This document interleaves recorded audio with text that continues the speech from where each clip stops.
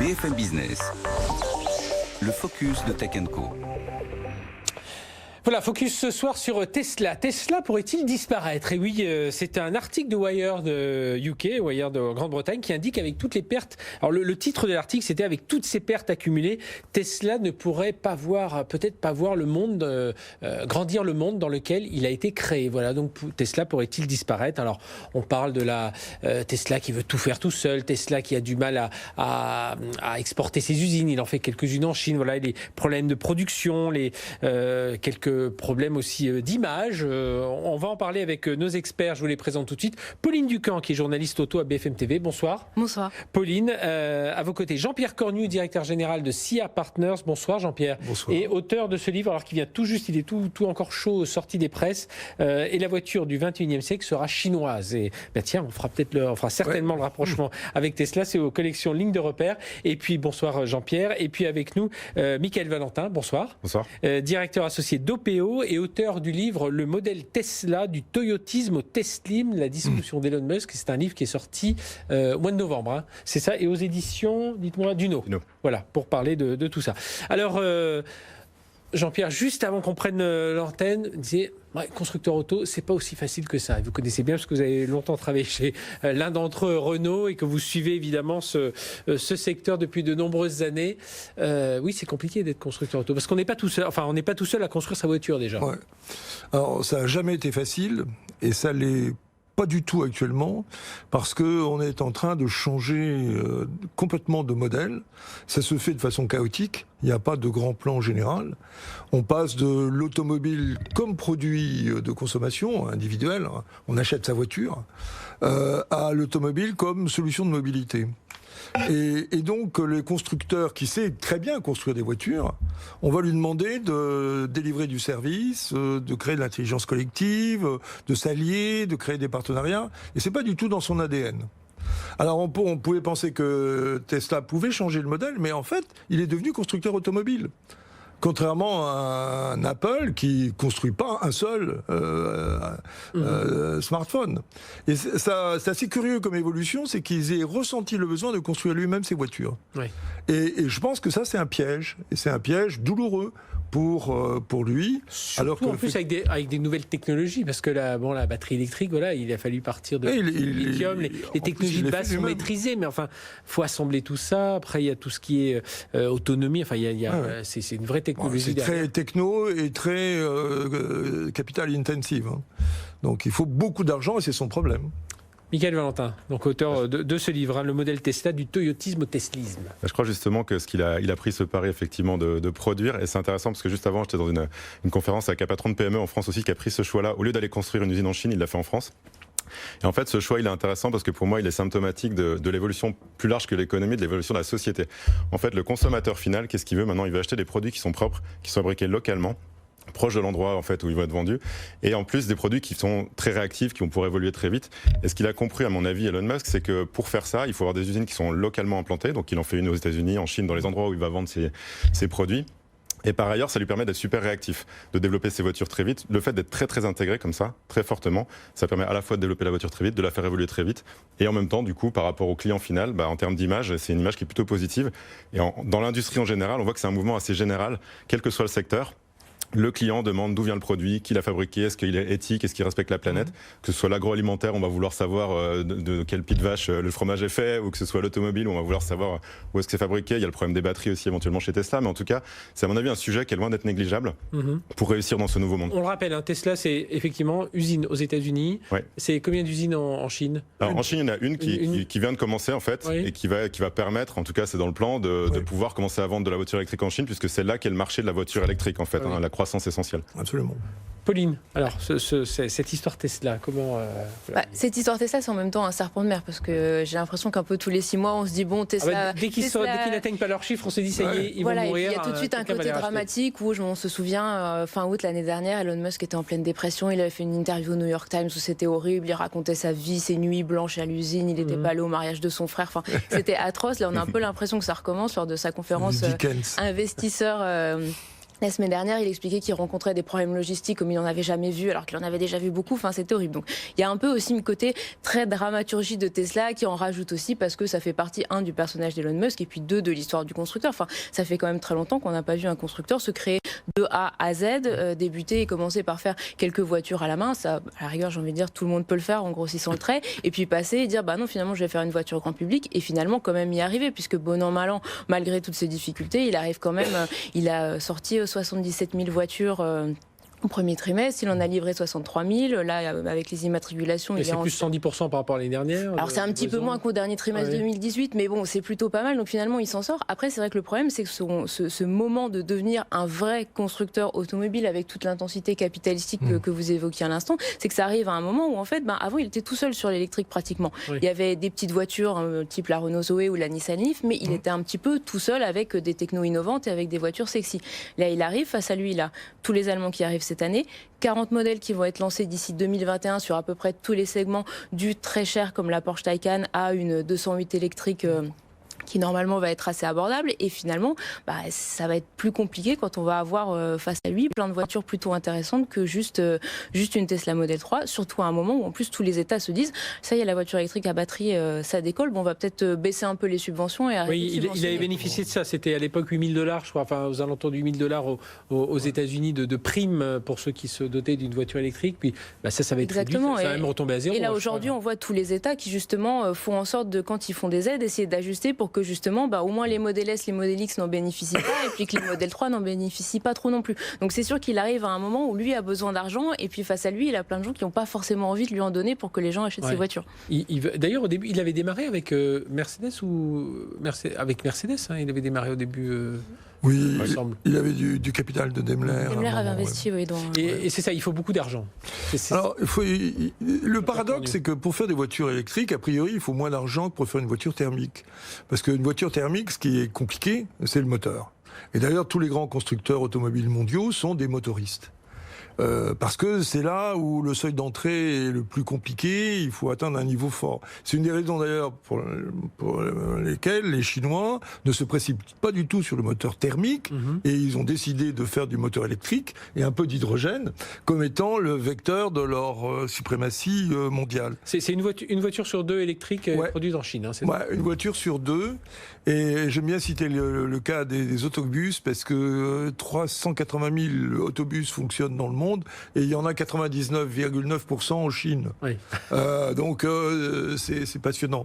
Mais c'est vrai que le problème de Tesla, c'est que c'est un peu le problème, et la solution, c'est Elon Musk. Il veut tout faire tout seul. Par exemple, il est très mal pris avec son histoire d'autopilote, parce qu'il y a un procès aux États-Unis. Il a voulu aller très vite dans un niveau 4. Un peu amélioré. On rappelle, il y a 5 niveaux. Ou 6 niveaux si on prend le niveau 0. Mais le niveau 6, c'est, il n'y a plus de pédale, plus de volant. Niveau 5, il n'y a plus rien, la voiture fonctionne toute seule. Le niveau 4, il y a énormément de fonctions qui sont assistées, mais le conducteur doit garder le contrôle. Et beaucoup de gens ont cru, en lisant mal la notice, comme dit Elon Musk, que c'est un procès qui se déroule en ce moment. Là, avec... La Tesla, c'était un niveau 5. Pas du tout. Personne ne fait de niveau 5 dans le monde actuellement. Et donc, lui, il est toujours un peu en train de frimer en disant « je vais faire avant les autres », etc. Et il n'utilise pas les mêmes technos. Donc, il a ce côté un peu flambeur et un peu innovant. Parce que qu'est-ce que c'est être un innovateur ? C'est désobéir. C'est pas suivre les règles. Et bien, c'est ce qu'il fait. Alors, évidemment, il y a une dramaturgie autour de Musk. Michael Ventin. Je pense que justement, on ne comprend pas bien Tesla si on ne comprend pas cette dimension d'état d'esprit, d'audace, de courage, d'humilité, de se remettre en cause en permanence.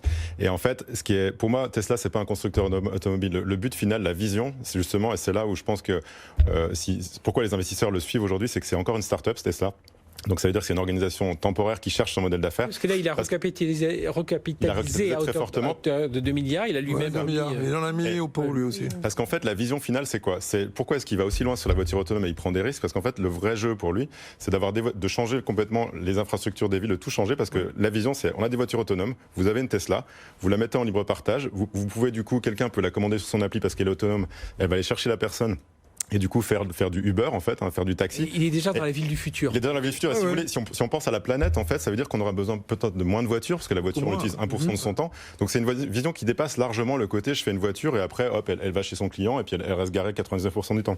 C'est je fais un parc de voitures et sur ce parc-là, je vais créer quelque chose de complètement différent, qui est connecté, où on peut partager l'énergie, on peut faire des applications. Donc c'est une vision qui est tellement différente qu'en fait, ça fait deux choses.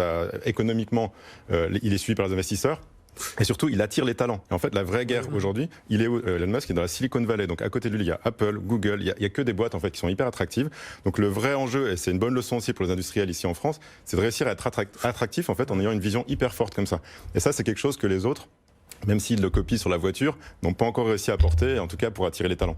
C'est ça, Pauline, c'est vraiment, on se projette, voilà, on le sait, il se projette déjà avec SpaceX, voilà, il parle déjà de la conquête de Mars, voilà, pour lui, la Lune, envoyer des satellites, ça c'est presque le passé, il est déjà plus loin, et c'est la même chose pour les voitures. Non, on voit vraiment qu'il a une vision globale, puisqu'il voit à la fois aller sur Mars, rouler sur la Terre, comment alimenter, comment la voiture pourra demain servir aussi pour alimenter la maison, pour alimenter la ville, finalement, tout est connecté.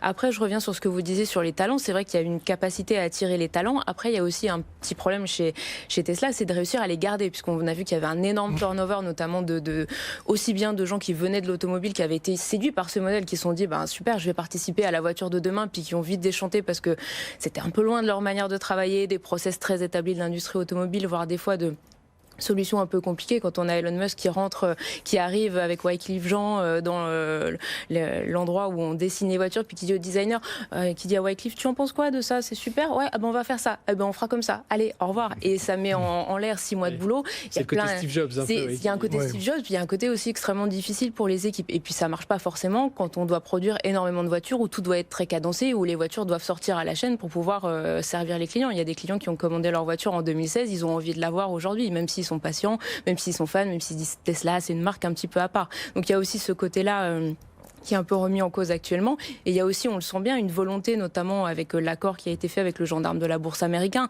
ou avec certains investisseurs, de peut-être un petit peu brider la communication d'Elon Musk par Twitter, qui annonce tout et n'importe quoi. On en avait parlé ici, il n'est pas le seul. C'est les seuls. La SEC est le seul qui a pu siffler un peu, tirer la sonnette et surtout lui taper un peu sur les doigts, parce que autour de lui, je pense que, sans qu'il y ait une cour, mais personne n'a dû oser lui en parler. Ses investisseurs, ils lui font confiance, ils disent finalement il nous entraîne quand même quelque part si on a envie d'y aller, et c'est la SEC qui finalement c'était la seule à pouvoir, et qui lui a peut-être rendu service à ce moment-là en tout cas.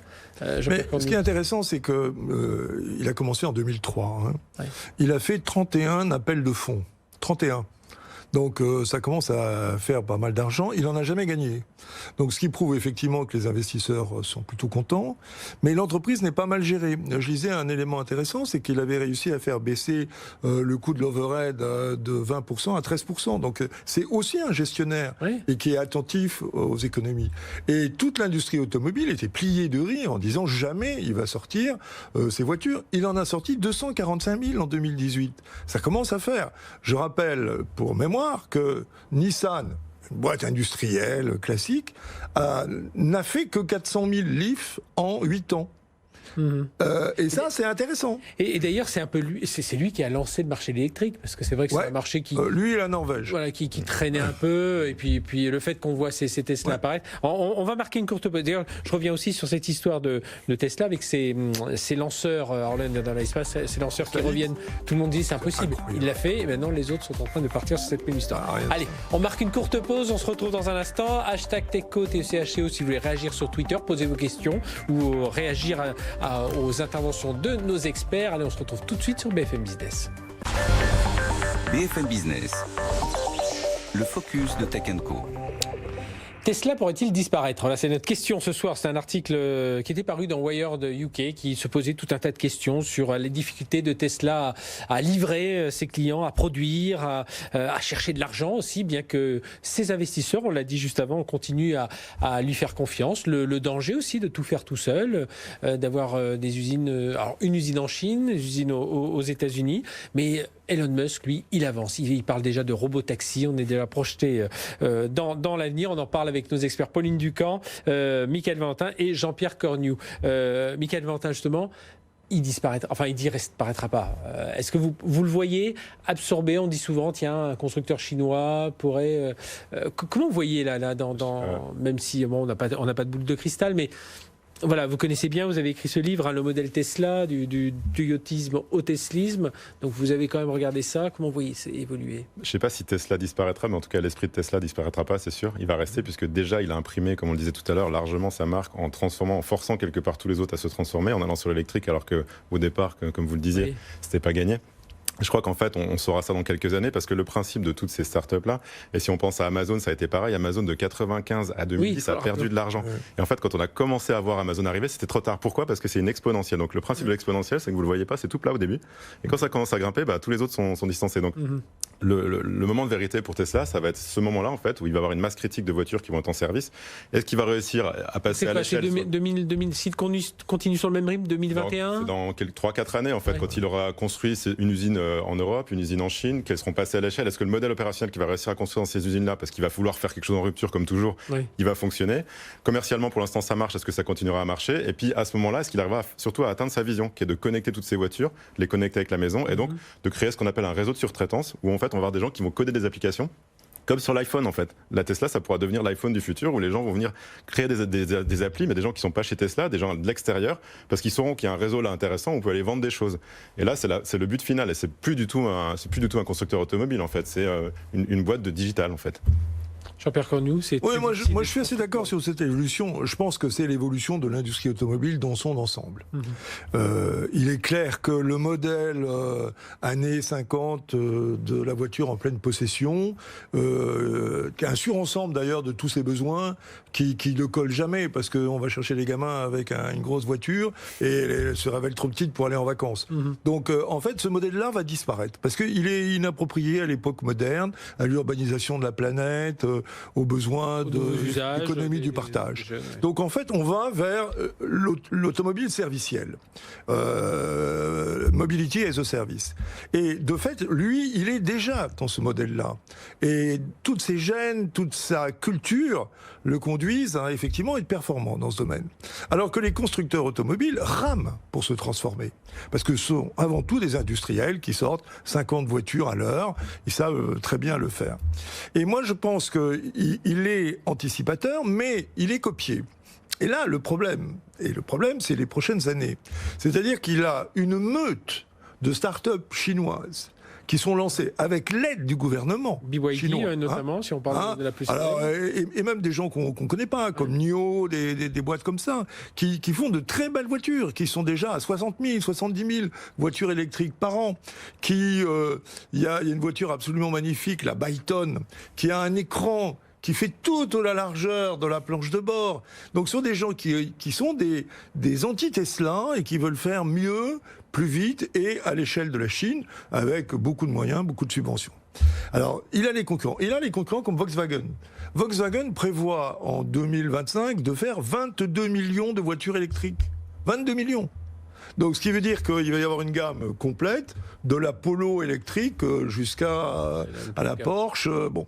Et il va se retrouver avec des gens conventionnels, mais qui ont les crocs, qui n'ont pas envie de mourir. Volkswagen se bat, et ils se battent en Chine, notamment parce qu'ils font 3,5 millions de voitures en Chine, donc ça leur donne une force de frappe considérable. General Motors n'est absolument pas mort. Ils sont aussi en train de se battre sur l'électrique, et sont des gens puissants, organisés, structurés. Ouais, alors, il va falloir qu'ils continuent à être manœuvrants. C'est une régate, C'est une régate, mais avec des mastodontes, ce qui est quand même pas évident. Qui ont plus de mal à bouger aussi. Oui. Ça veut dire qu'ils bougent plus difficilement. Pauline. Mais c'est ça, c'est qu'en fait, le truc, c'est que les constructeurs automobiles, ils ont... Elon Musk, il a tout à construire, parce qu'il faut qu'il construise ses voitures, il faut qu'il construise ses usines. Alors certes, il a l'avance technologique, il a aussi un truc extrêmement intéressant qui est l'expérience client, où quand on est dans une Tesla, on a des petits avantages qui font que on les retrouve pas ailleurs, même si les constructeurs automobiles ont essayé de faire le maximum. Je te donne un exemple, par exemple, quand tu programmes ton trajet sur une Model 3 ou une Model S, il va te dire, il faut s'arrêter à tel superchargeur, tu vas arriver dans 4 heures, mais tu es sûr d'arriver. Aujourd'hui, quand tu fais ça dans une voiture électrique d'un constructeur classique, il te dit tu vas arriver dans 5 heures ou dans 4 heures, mais il prend pas en compte le fait qu'il va falloir que tu t'arrêtes, il te dit pas où est la borne, il te dit pas ce genre de choses. Donc c'est ce petit truc qui peut faire l'avantage. Bon, ouais. Mais l'avantage des grands constructeurs aussi, c'est qu'ils ont derrière un système de distribution, des garages, des concessionnaires pour entretenir les voitures, ce qui fait cruellement défaut aujourd'hui à Tesla et ce qui fait beaucoup protester, notamment aux États-Unis, un certain nombre de clients qui disent bah ok, j'ai acheté une Model S et puis maintenant je l'entretiens où, il faut que je fasse 4000 km. On commence à voir naître des circuits parallèles, alors pas illégaux, des circuits parallèles tout à fait légaux. J'ai vu un YouTuber qui Complètement, parce qu'il faut... il monte même des garages. Après, il avait 500 000 abonnés à son compte YouTube, donc il montrait des pièces détachées, tout ça, comment on réparait des choses. Et là, ça y est, il a monté son premier garage physique. Et ça, Tesla. et ça, à la fois, c'est le côté magique de Tesla, ce que vous disiez tout à l'heure, de j'invente des solutions, je propose finalement une espèce de plateforme ouverte, et puis les gens essaient de trouver des solutions. Il y a un côté inventeur. Ça marche, à mon avis, pour les fans. Je suis pas sûre que ça marche pour monsieur et madame tout le monde, qui a surtout envie d'avoir un moyen de se déplacer, simple et efficace. Et puis si derrière, il faut que je conçoive tout le système pour entretenir la voiture, pour pouvoir la faire fonctionner, bah, tout le monde n'est pas un geek, quoi. Michael Valentin, comme votre livre c'est du toyotisme au teslisme, vous avez regardé toyotisme, vous avez regardé les anciens, les plus anciens, c'est quoi votre vision de ces plus anciens là? Vous êtes d'accord avec ce que dit Jean-Pierre ils ont les crocs, ils vont s'accrocher, c'est sûr, ils ont ils vont pas casser leur modèle. D'abord, pour aller vers le teslisme, il faut avoir été bon sur la bataille d'avant, c'est sur la bataille du toyotisme, parce que c'est des fondations qui sont nécessaires, notamment des fondations managériales. Et en fait, sans le management, vous faites rien dans une entreprise, même si elle on revient à l'histoire d'homme, alors toujours. C'est toujours une histoire d'homme, évidemment. Et je pense que dans ce que vous disiez tout à l'heure, ce qui est hyper intéressant et important, c'est que dans toutes les boîtes, on voit ce qui change, c'est que les systèmes de management s'horizontalisent de plus en plus. Donc passer du toyotisme au teslisme, c'est aussi ça, c'est aussi avoir des leaders dans les entreprises qui accompagnent, qui laissent beaucoup plus d'autonomie aux équipes et du coup pour innover justement à l'intérieur, parce que en fait les talents maintenant sont ceux qui sont sur le terrain, ils sont connectés avec l'extérieur, donc c'est eux qui ont accès à l'info. Ensuite sur ce que vous disiez, je suis tout à fait d'accord, la vraie révolution c'est pas la voiture électrique, c'est la voiture connectée. Parce qu'en fait, la voiture peut s'améliorer dans son cycle de vie. C'est-à-dire que vous avez des infos tous les jours sur tous les gens qui ont des voitures Tesla. Donc, vous avez plein de données et vous pouvez essayer d'améliorer la voiture. Alors, il y a des problèmes, effectivement, de réseau, etc. Mais n'empêche que vous êtes dans cette dynamique d'amélioration continue qui est aussi très différente parce qu'avant, vous faisiez une voiture, elle allait chez son client et ensuite, vous ne pouviez plus l'améliorer. Il y a un risque. Alors, la question, c'était Tesla pourrait-il disparaître? Mais il y a un risque de... Et s'il arrivait, ce qu'on ne souhaite pas, mais quelque chose, ça repose trop sur Elon Musk, qui un jour, on l'a vu, non pas qu'il disparaisse, mais qu'il peut avoir un grand moment de faiblesse. On l'avait vu l'année dernière, ça a été un peu limite, et tout d'un coup, c'est évidemment quelqu'un qui est central dans l'entreprise, et on voit dans toutes ces boîtes, là on parlait tout à l'heure de Steve Jobs, et toutes ces personnalités-là qui ont été très structurantes, notamment dans la phase de départ de l'entreprise. La question, c'est si ça arrive un jour, à quel stade en sera Tesla? Et c'est vrai qu'aujourd'hui, je dirais qu'il y a encore une dépendance assez forte à Elon Musk. On a du mal à voir les lieutenants. Jobs, on les voyait un peu Parce qu'il est très entrepreneur dans l'âme en fait, donc il est très terrain aussi, c'est-à-dire que moi quand j'étais là-bas par exemple, il était dans l'usine, il dormait avec son sac de couchage, il allait résoudre les problèmes avec les gens, donc ça a des avantages, c'est que ça permet de résoudre vite et de décider vite. L'inconvénient, c'est ce que vous disiez tout à l'heure aussi, c'est que le management intermédiaire peut avoir l'impression qu'il a plus d'utilité, donc c'est de trouver le curseur, donc c'est pour ça que le modèle Tesla, on peut en apprendre des choses, mais il ne faut pas forcément copier tout ce qui est fait chez Tesla, mais en tout cas c'est vrai qu'il reste quelqu'un de très structurant pour l'entreprise, parce que c'est quand même le côté visionnaire aussi qui fait qu'aujourd'hui l'entreprise est aussi attractive, quoi. Jean-Pierre, Cornu, sur ce côté. Oui, moi, je pense que là où il peut être brillant, c'est effectivement dans sa relation client. Au fond, j'ai le sentiment qu'il fait des voitures parce que c'est une étape, c'est un point de passage. Et au fond, si quelqu'un demain lui dit j'achète des voitures, mais toi tu vas développer le standard mondial du service avec Uber, avec Didi en Chine, je pense qu'il le fera. Cette idée d'avoir des flottes de voitures taxi est intelligente, parce que au fond, c'est quoi le problème de l'automobile? C'est qu'on a un machin qui fait 1,5 tonne, qui prend 10 mètres carrés au sol et qui reste scotché 97% du temps et qui ne sert à rien. Et lui, son idée, c'est de dire, moi, mes voitures, elles vont tourner tout le temps. Parce que je sais faire une voiture qui va durer 1,5 million de kilomètres. C'est pas compliqué. Une voiture électrique, c'est très fiable. Et d'ailleurs, les Tesla sont très, très fiables. Les batteries durent très longtemps. Ça marche très bien. Et en se disant, je fais tourner tout le temps mes bagnoles en auto-taxi, je rentabilise et je rends un service à la société. Les constructeurs automobiles, ils cherchent pas à rendre un service à la société. Ça n'a jamais été dans leur gène. Il faut savoir d'où on vient dans l'histoire automobile, 1890. Et donc, il arrive, lui, avec l'esprit du 21e siècle. Et il veut trouver des réponses à la vie collective et à la mobilité. Et c'est ça qui est passionnant, et je pense qu'il va pas lâcher ce morceau-là.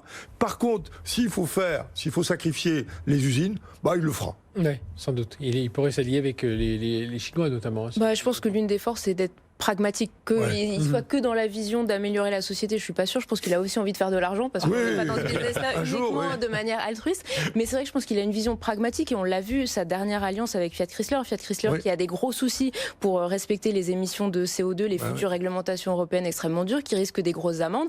Qu'est-ce qu'ils sont faits? Ils se sont entendus avec Tesla. Tesla, lui, 100% électrique, donc aucun problème d'émissions de CO2. Et bien du coup, en fait, Fiat Chrysler va payer à Tesla, va leur acheter en fait des quotas de CO2. Et du coup, il y a une alliance comme ça extrêmement pragmatique et totalement improbable entre deux marques sur certes du CO2, mais qui se met en place. Et ça, c'est une chance importante pour la marque. Eh bien, merci à tous les trois de nous avoir apporté votre éclairage. Pauline Ducamp, journaliste auto à BFM TV. Michael Valentin, donc directeur associé d'OPO, cabinet de conseil en performance industrielle. En performance industrielle et auteur donc de ce livre, le modèle Tesla, que l'on peut trouver partout, puisqu'il est sorti en novembre. Et puis Jean-Pierre Cornu, directeur général adjoint de SIA Partners et auteur de ce livre, la voiture du 21e siècle sera chinoise, aux collections Ligne de repère. Le modèle Tesla, c'est aux collections Duno. Voilà des livres intéressants si vous vous intéressez à l'industrie, au numérique et à la voiture. Allez, on se retrouve tout de suite pour notre journal de l'éco. De la tech, pardon.